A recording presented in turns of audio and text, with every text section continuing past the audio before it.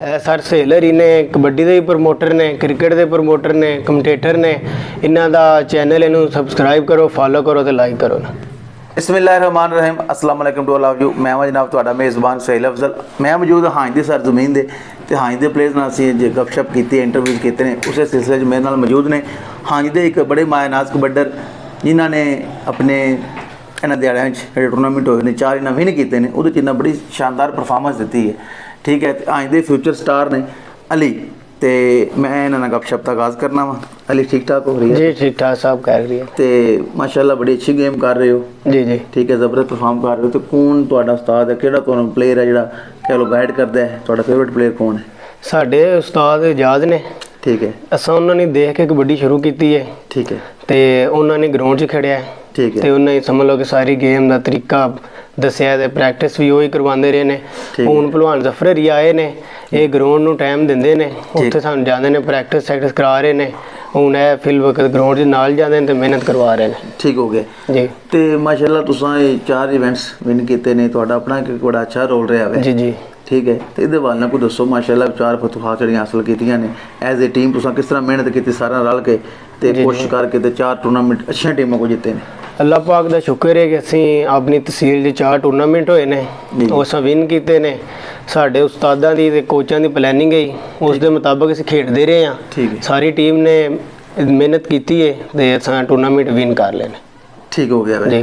तो कि समझते हो कि जिहड़े तैयारी शैरी है जी जी वो ठीक जा रही है क्योंकि तुम क्वाइट यंग हो? जी जी ठीक है, तो किस तरह अपने आप को तैयार करते हो, किस तरह मेहनत करते हो? सवेरे उठते हो, किस टाइम मेहनत करते हो? क्योंकि हुण मोबाइल वगैरह दौर चल रहा है जी। ते विच गेम कर लेना बड़ी वड्डी गल, खास तौर पर कबड्डी जी गेम करना। जी जी पिछले टाइम ही तकरीबन घंटा डेढ़ 2 प्रैक्टिस करी दी है। सुबह उठी है नमाज पढ़ी दी है। ठीक है, नमाज पढ़ के सुबह भी जाइदा है, प्रैक्टिस करी दी है, दिहाड़ी आके फिर सो जीदा है, फिर बंदा रिलैक्स हो जाता है। फिर पिछले टाइम बंदा ग्राउंड टुर जाता प्रैक्टिस अपनी करता है। ठीक हो गया। तो खुराक शाक दे वाला दोस्तों किस तरह खुराक शाक खाते हो? मतलब देसी मोल देसी खुराक है। ठीक हो गया, दुध हो गया, बादाम शाम, देसी घ्यो हो गया, इस तरह की चीज़ां खाई दियां। सही है।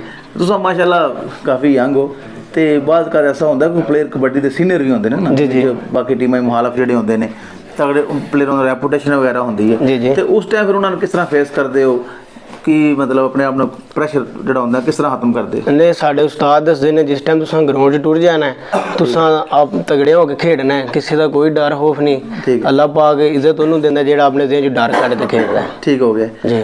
तो कि समझते हो हूँ जो आने वाले टूर्नामेंट ने जी जी उन्होंने किस तरह परफॉर्म करो दे, कैसी तैयारी कर रहे हो? इंशाल्लाह मेहनत करांदे तो भी इंशाल्लाह टूर्नामेंट जितांदे।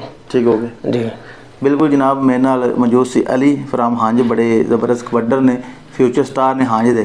तो उम्मीद करना वा कि आने वाले वक्त अच्छा खेल पेश करते रहेंगे तो अपनी टीम की फतूहात किरदार अदा करांदे। इस नाल ही मेरा नंबर उत्ते दिता गया है, मेरे नाल राबता करो। इंशाल्लाह से इंटरव्यू तुहाडा करांदे, गपशप करांदे। तो अपना ख्याल रखो, दुआवां याद रखो। खुदा हाफिज़।